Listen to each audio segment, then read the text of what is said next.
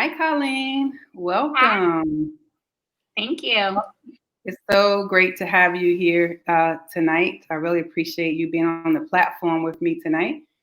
Thank you very much. So, for those of you who are watching, please let Colleen know that you are here. Just say hello. You can comment. Let us know where you're watching from, what side of town you're on. So, thank you for joining in YouTube and through Facebook Live.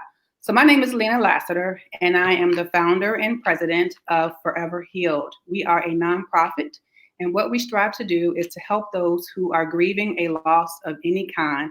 We give them the tools that help them to recover, reclaim, and restore their lives. And we do this in several different ways. We offer virtual one-to-one grief recovery classes. We offer face-to-face grief recovery classes, and we offer group sessions. We also go into corporate America and we facilitate seminars on the hidden cost of grief in the workplace. And more recently, we started doing seminars where we educate counselors, school administrators, and school teachers on helping children with loss. So, thanks everybody for joining us tonight. We have Colleen Dennis here with us, and we're going to be talking about National Pregnancy and Infant Loss Awareness Month. So we have some comments. Hi, Victoria. Thank you for joining us.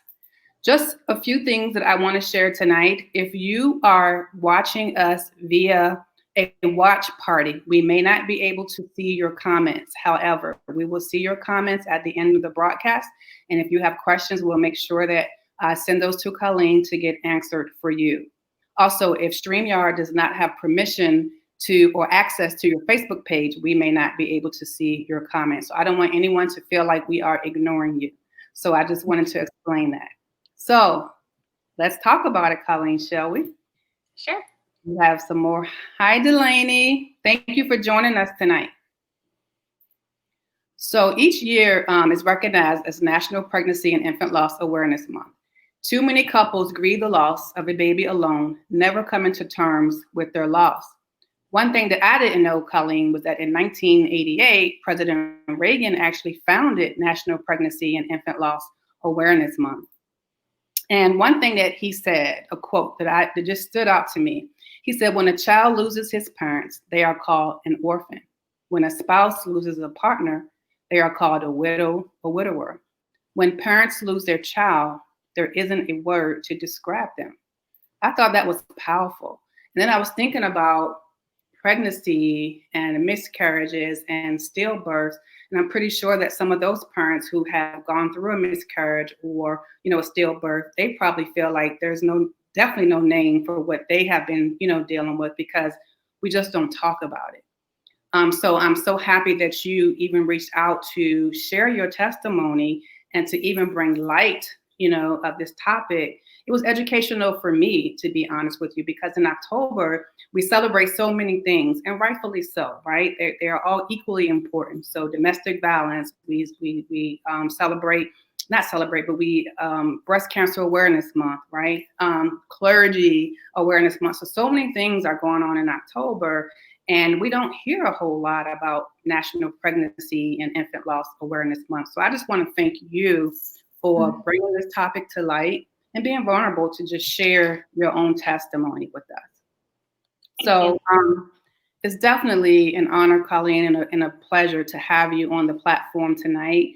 And as you are aware, during COVID, when it first started, we couldn't facilitate our grief recovery classes. And of course, we wanted people to be safe, right? And then I started thinking, well, we still have to use our gifts and we still have to use our voice. So a blessing for us is that we were able to collaborate with subject matter experts in the area, other organizations, and to have them come on and talk about topics that are important, to those who follow us, some of our clients. So it's just an honor and a pleasure to have you here tonight to talk about this topic.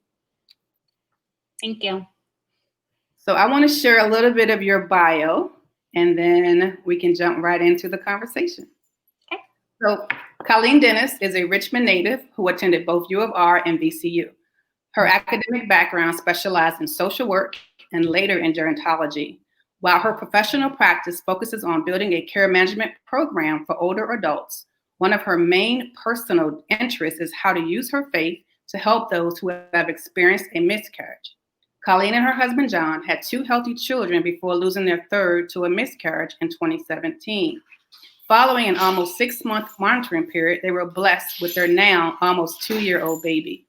She's here tonight to discuss their experience as well as how she views this significant loss from a systemic perspective. So, wow. Thank you, Lena. You are welcome. You are welcome. So, Colleen, when we teach grief recovery classes, we tend to talk about the myths associated with grief. So we talk about the stages of grief. We talk about how we hear how time heals all wounds. And we also talk about how people are conditioned or believe that they should grieve alone. So would you share with us some myths around miscarriages?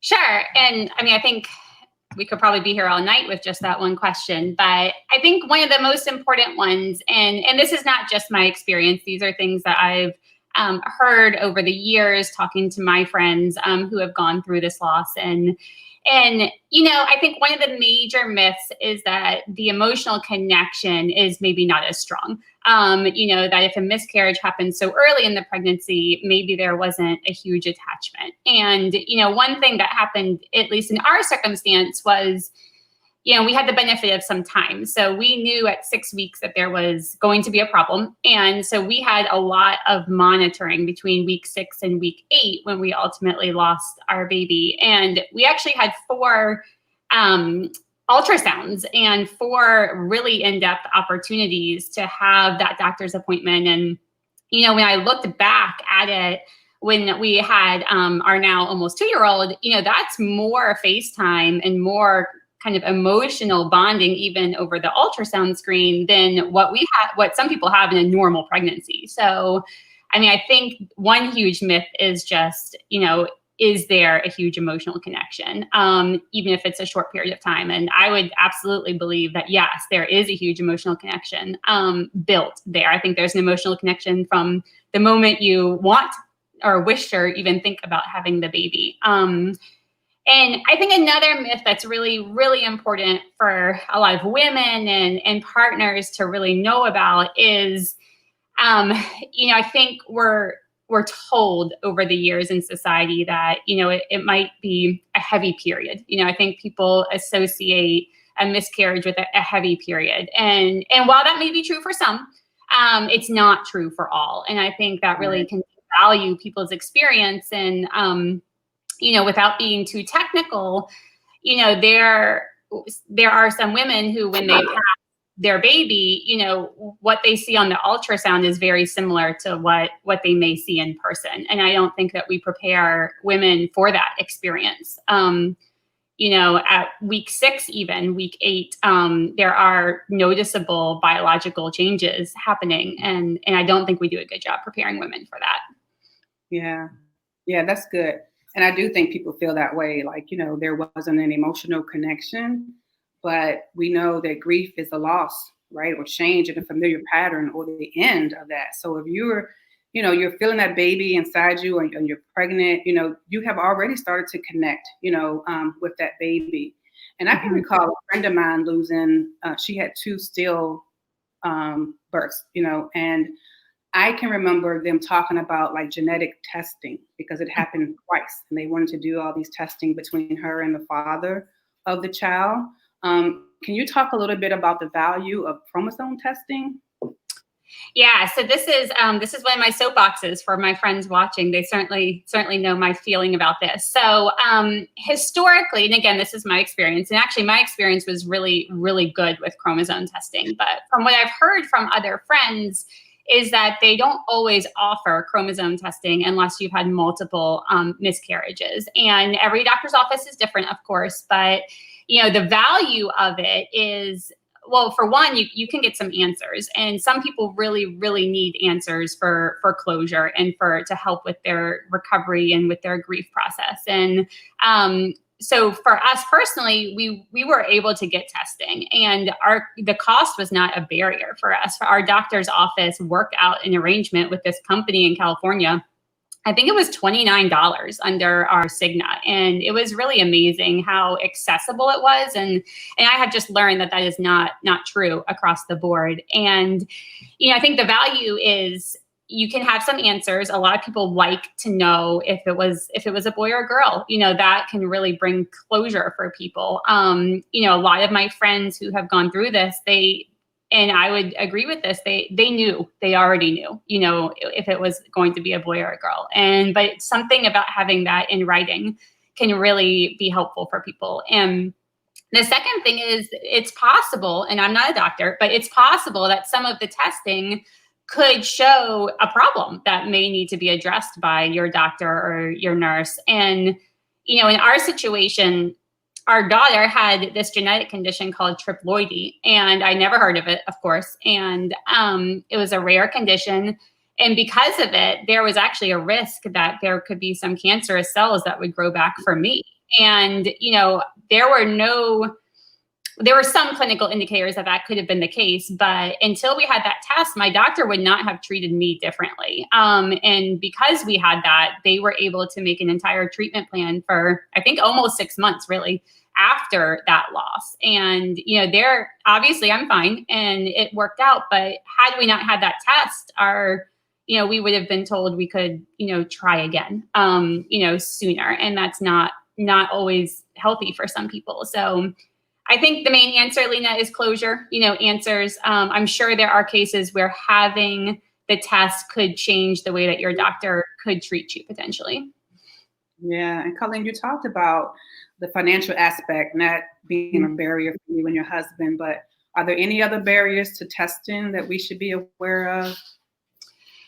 Yeah, and it was only not a barrier for us because this OBGYN office we used had a contract with this company in California. So it wasn't our personal financial circumstance that helped. It was our OBGYN's office advocated for this to be available and to be available on loss number 1. But a huge barrier is if you don't know the questions to ask, like you might not, your OB office doesn't share this maybe. Nobody wants to walk into their first appointment and be told about things like this. So you need to know what to ask. And that's scary and it's really frightening almost for some maybe first-time moms. They don't want to think about those possibilities. But I've coached some friends through losses since, and we come up with some questions. Why don't you ask your office if they offer this, and what are the barriers? Why can you access it? One barrier that I think I've shared with you, Lena, was what we found was first of all, you need to be technical. You need to have something to test, and you need to have a collection kit, and you need to I know this sounds technical, but you need to be able to collect the baby to be able to test it. You can't it's not a blood test and of the mother's blood. And so you need to do that. And so the office needs to give you something to do this with and instructions. And most people, that's not given out, of course, at just your first appointment. So I would say that's one barrier. You need to know the questions to ask, but you also need to they need to provide the materials. Another barrier is I've had friends who were so nervous to even ask about the testing because they didn't want to lose the baby. And, it may sound strange to people who haven't gone through it, but I have friends who have buried the baby in their backyard or wherever. And that's so important for people and important for them to do what they need to do and what they want to do. And some people would not be comfortable putting that in FedEx and sending it to a lab. And so to me, that's a barrier. I'll be the first to admit, I called the company in California and I said, I will send this, but I want you to send her back eventually because we did want to bury and we did. But that was not in the fine print. And how many people choose not to do testing because they don't want to say goodbye that way. Right. Yeah. And Lindsay said the docs don't talk about the risk she said she had no idea how common these losses are. Yeah. Thanks Yeah, for sharing. miscarriages to happen, I think the quoted statistic is 1 in 4, and it is common, and it's more common than anybody would like, but it's definitely something that should be talked about much more, from a medical perspective, and also just our society. I think we just don't honor it enough and give enough words to it. So, Colleen, did anything else surprise you about the testing process? The testing process, not so much else. One thing that really did surprise me, and I guess this was just the medical process. One thing when you see your medical records, there are times when a miscarriage can be labeled as a spontaneous abortion. And I think that is really hard it was very hard for me to see in my records. I think that women feel so guilty already for when they go through miscarriages, or some women. I certainly don't want to speak for all, but I think a lot of women feel this level of guilt, and how I must have caused this somehow. What could I possibly have done? And so to see that, I think that can be just very unsettling. So to just have everything be such a medical process, I would say, is challenging with the testing process. Yeah. Anything else catch you off guard during this process? I think the thing that probably caught me the most off guard was just how little people wanted to talk about it or felt comfortable talking about it. I think everyone wanted to talk, but nobody quite knew what to say. And so I didn't have the words, and I needed somebody else who had the words to help me find the words. And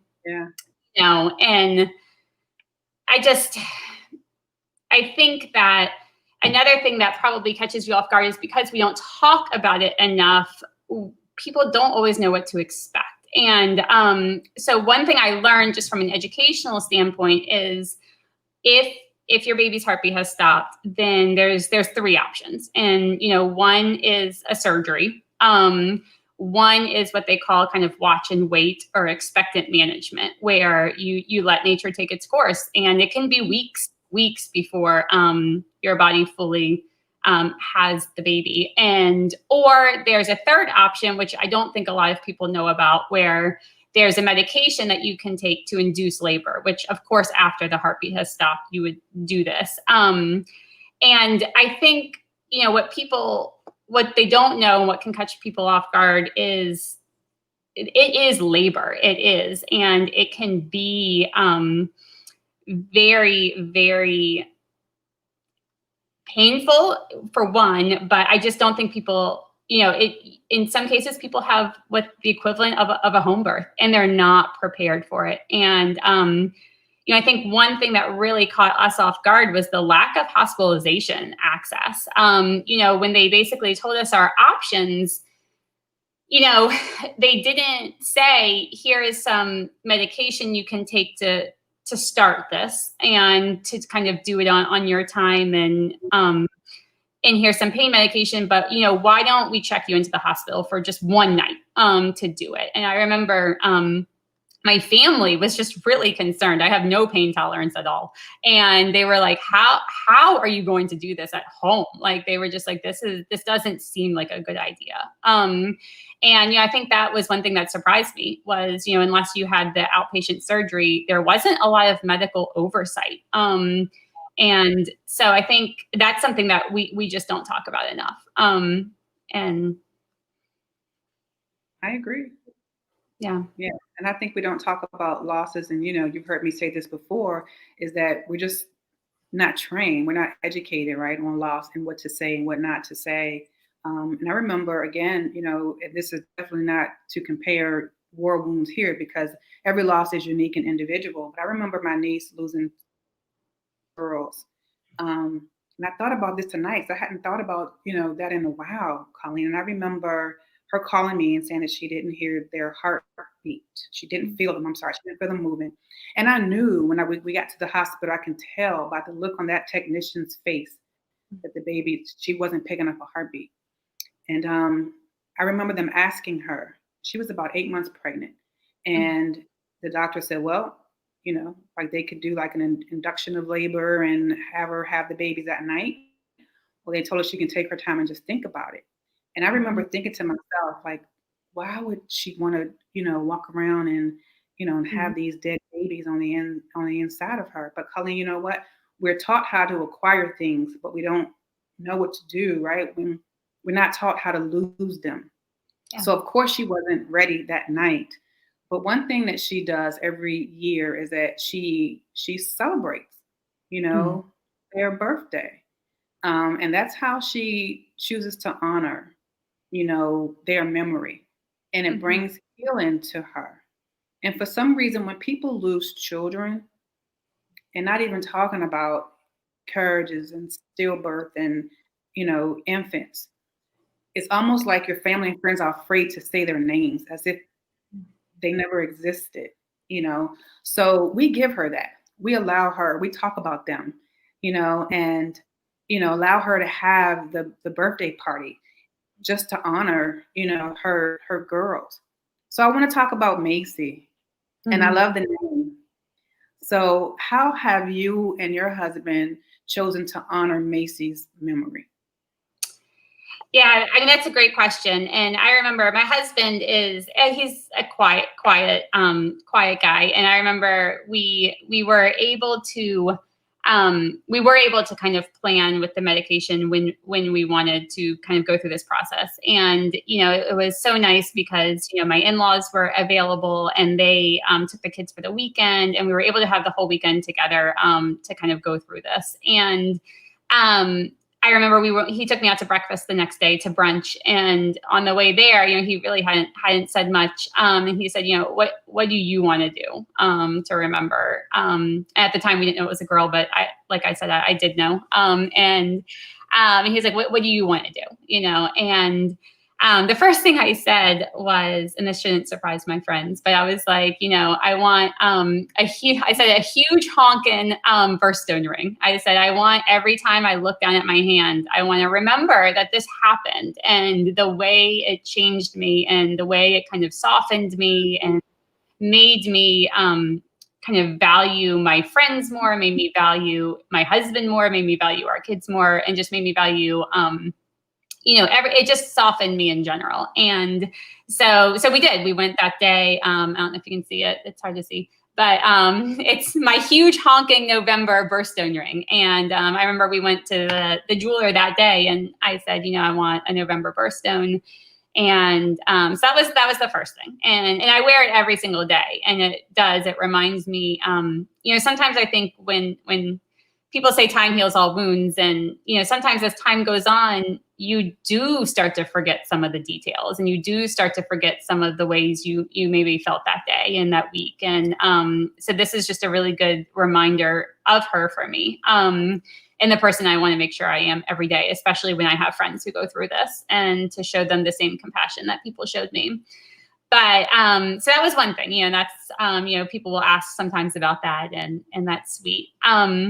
Another thing is we did bury her, and we buried her with my other family members, with my grandmother and my great aunt. They had a plot right underneath my great aunt, and they said, this is just divine intervention. This does not happen. I mean, she was buried, gosh, I don't know, 20 years ago. Probably not that long. If my dad's listening, he'll tell me that's not right. But, 10 years ago, let's say. And, so we go on Mother's Day, and that's always something that I appreciate. And my kids take her a daisy. They say it's a daisy for Maisie. And, and this is a whole nother topic for another night, but, there were a couple of years where we didn't share with our kids, what had happened, and it just wasn't age appropriate. It wasn't time appropriate. For us, that was just our decision. And as they've grown up, we have shared that, we don't want them to kind of not know a part of our family history.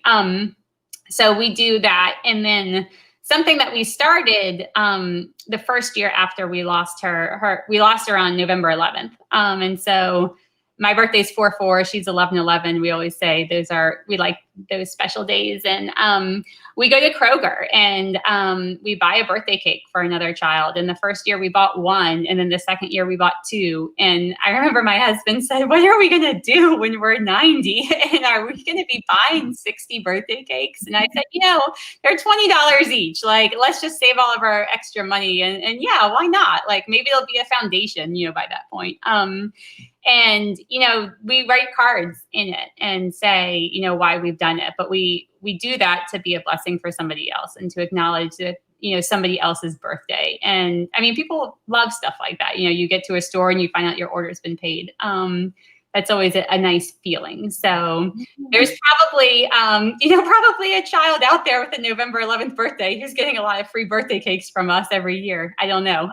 They shop at our Kroger, but so I guess those are the main ways. And we talk about her. We don't hide from it. We bring it up every now and then when we see daisies. I keep a few things in my bedroom. I'm looking at them now.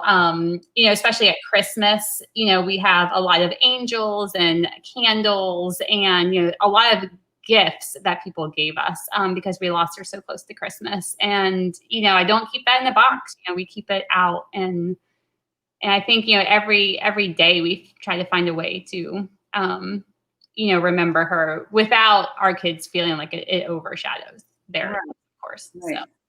How beautiful that is, Colleen.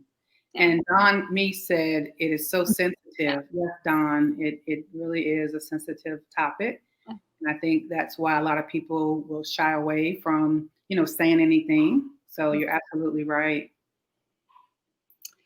And yes, Jamala, if I'm saying your name right, Jamala, yes, say their names. Yes. When people lose a child, say their names. The parents actually want you to say their names, and not act as if they didn't exist.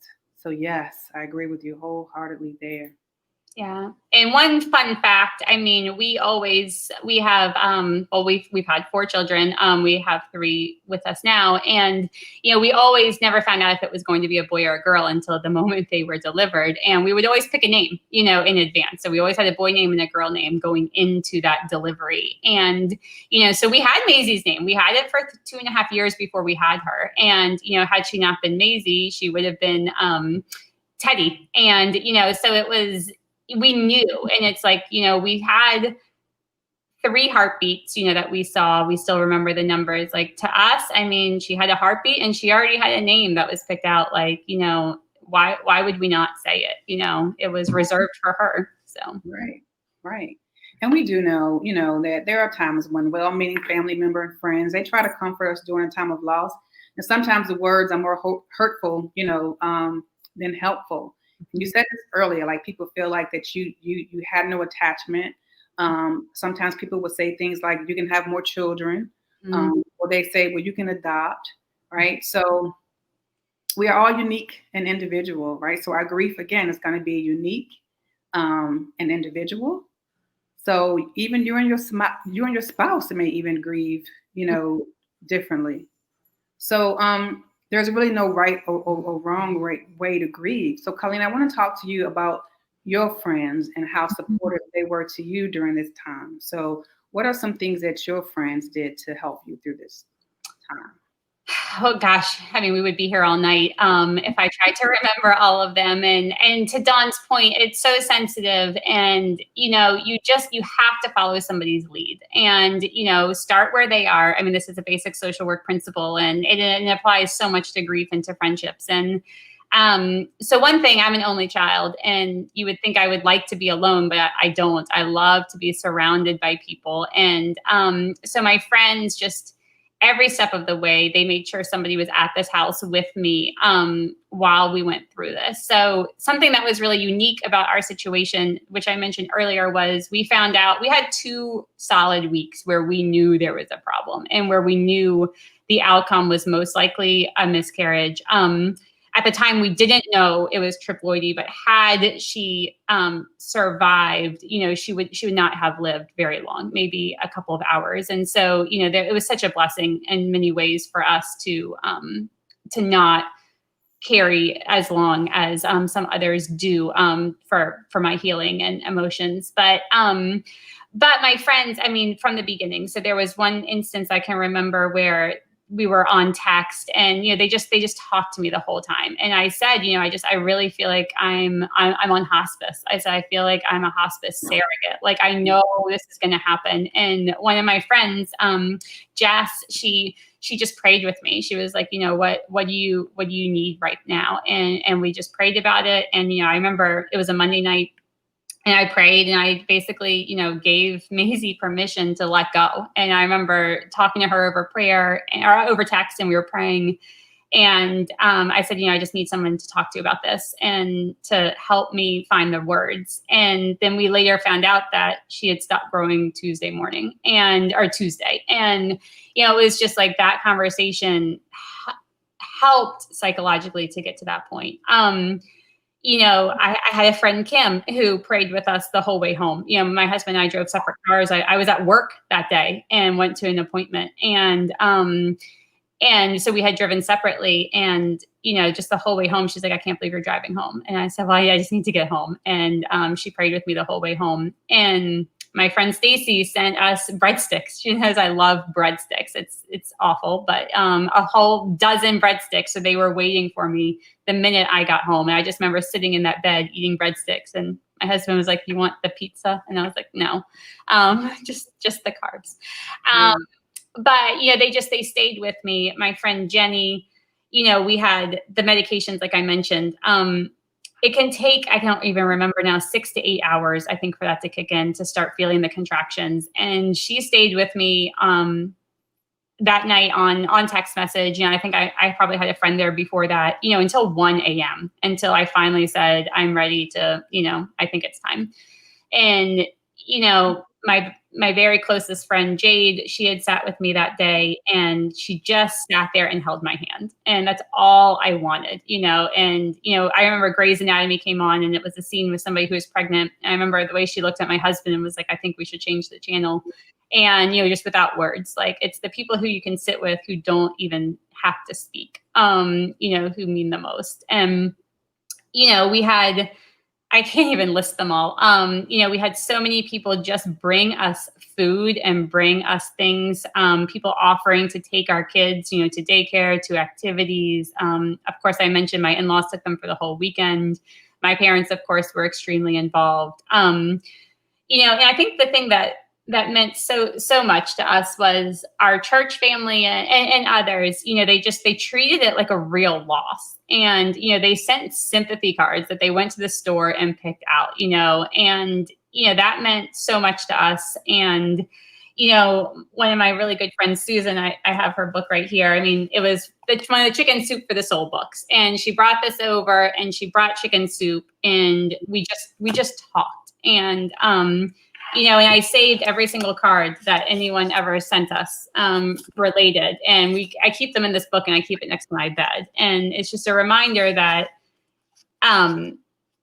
you have to acknowledge these things. When people take the time to share with you, you have to follow their lead. And if it means something to them, which of course it does, you have to honor that and treat it the same way you would if somebody's grandmother passed away or that. So, I think so much of it was just people sitting here with us, doing tasks, taking our kids. And then, what was interesting and my friends are wonderful, but we had some acquaintances almost, like friends, but on more of the peripheral. But they had losses, and they just knew. It was like I got admitted to this secret club that nobody wants to be a part of, but everyone, and they were the ones who were dropping off pot pies and bread that they had baked. And while my really good friends did as well, it was so interesting to see, other women who had gone through a miscarriage, the way that they rallied around us. Just that support. Yeah. And I mean, people who I wasn't even very close with who sent, a card in the mail or something. And, it's just every single thing mattered. And and still does today. Yeah. Our loss was really close to Christmas. So we had several friends give us angels and Christmas ornaments. And I remember the first year I kind of kept them to myself, like on the tree, kind of towards the back. Like at that point, we weren't talking about it with our kids. But now, I mean, they like to hang the Maisie ornaments, and, it's just as much of a part of our tradition. So. I love that. Yeah, you have a great group of friends, and we teach people when they come to the grief recovery classes, it's twofold, Colleen, because of course we give the griever the tools to be able to recover, but we also teach the class how to listen. So we always call them heart with ears, because sometimes you being a heart with ears is more powerful than you trying to fix the griever. Because again, the griever is not broken, right? Their heart is just broken. So kudos to all of your friends. You said something about them treating it as a real loss. Well, it is a real loss. It is a loss. So to have people send the cards and come over and bring the food and just sit, and hold your hand, that means so much more than any word. So I agree with that. So be heart with ears, people who are watching. And I think, you mentioned it earlier, Lena, but like one of the myths, and I forgot to mention it then, but, I think a myth related to miscarriages is, it is, while it may not be the same level of labor for everybody as a full-term pregnancy, you still have the same hormones as you do when you have contractions and then you deliver. And you had those hormones. And I remember, it would just, wash over you, 2 or 3 days later, where you would just start crying. And it's the same thing just right when you have a baby, like even if like a full-term baby. And, it was just having people to listen and to sit with you and to hear those tears and to hear kind of what was on your heart. You just can't replace that. No, because some people may go through the postpartum depression, as well, and that's real. And something that we don't talk about that very often, either. So when your baby dies from a miscarriage, a stillbirth, or even at or after birth, your hope of being a parent sometimes dies, as well. So again, there's really no right or wrong way for you or your partner to grieve or to share your feelings. It's okay, to show your pain and grief in different ways. Just have to be patient and caring, with each other. And it sounds like you and your spouse definitely did that. And your friends, definitely show that they care. So for those who are watching, who have gone through a miscarriage or stillbirth or lost an infant, we hope that this session tonight kind of encouraged you, educated you. We hope that bringing light to this topic has brought you some type of, hope. And if you haven't talked about it, we want you to talk about your thoughts and your feelings and how you want to remember your baby. So that's one thing that I definitely took away from the conversation here. I want you to talk to a trusted advisor. And more importantly, it's okay to get help from a professional who deals with grief, a social worker, a grief counselor, a grief class, a support class, whatever you feel comfortable doing. So what I would like to do, Colleen, unless you have you want to share any closing remarks, if you have any questions, please type your questions in the comments, and we will have Colleen address any questions that you have.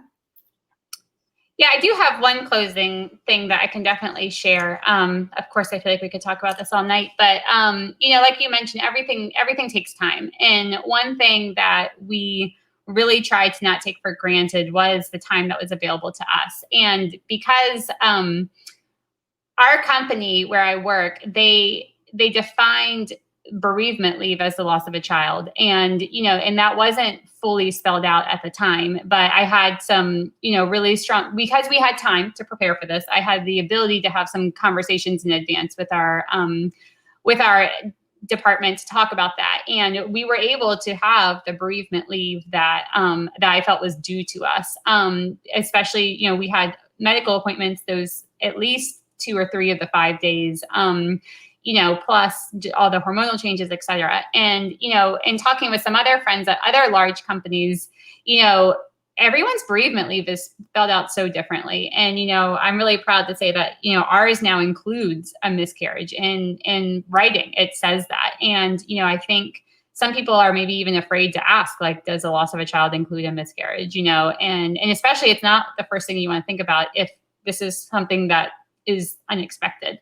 So that's one thing that we always talk about with advocacy. And, even if you're not going through a loss yourself, or, how could you help a friend? Can you talk to your employer and see what their policies are? And, how can you update that? There's so many ways that we can make this system work better for grieving mothers and grieving partners to support them.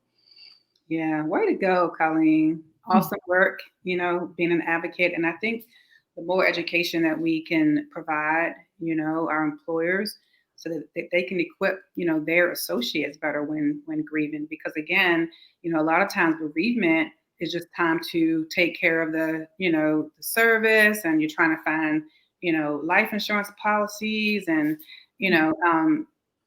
but it's so much more than that, So people feel rushed to come back to work.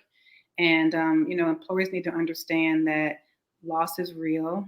So I'm glad that you got even the miscarriage, added to the bereavement policy, because it's real and it is a loss, Colleen, and people go through that grieving process. So I just really want to thank you so much for sharing your story about your beautiful baby girl, and just being vulnerable in this moment to just bring hope and education around this topic. And I'm glad we decided to highlight this topic, because we don't talk about it. So again, thank you for even enlightening me tonight. So I really appreciate you. And we have some comments that I want you to see. Aww. So Lindsay said, thank you. Thank you for joining us tonight, Lindsay. Thanks, Anna. You're welcome, Dawn. And thank you for joining us tonight. Thank you, Victoria, for being a part of this conversation. So again, if you have questions that you want to ask Colleen, if there's something that we didn't answer during this conversation, please, you can type it in the comment, and we'll make sure that we respond to your questions. You're welcome, Delaney. Thank you so much for joining in. We appreciate the support. Okay.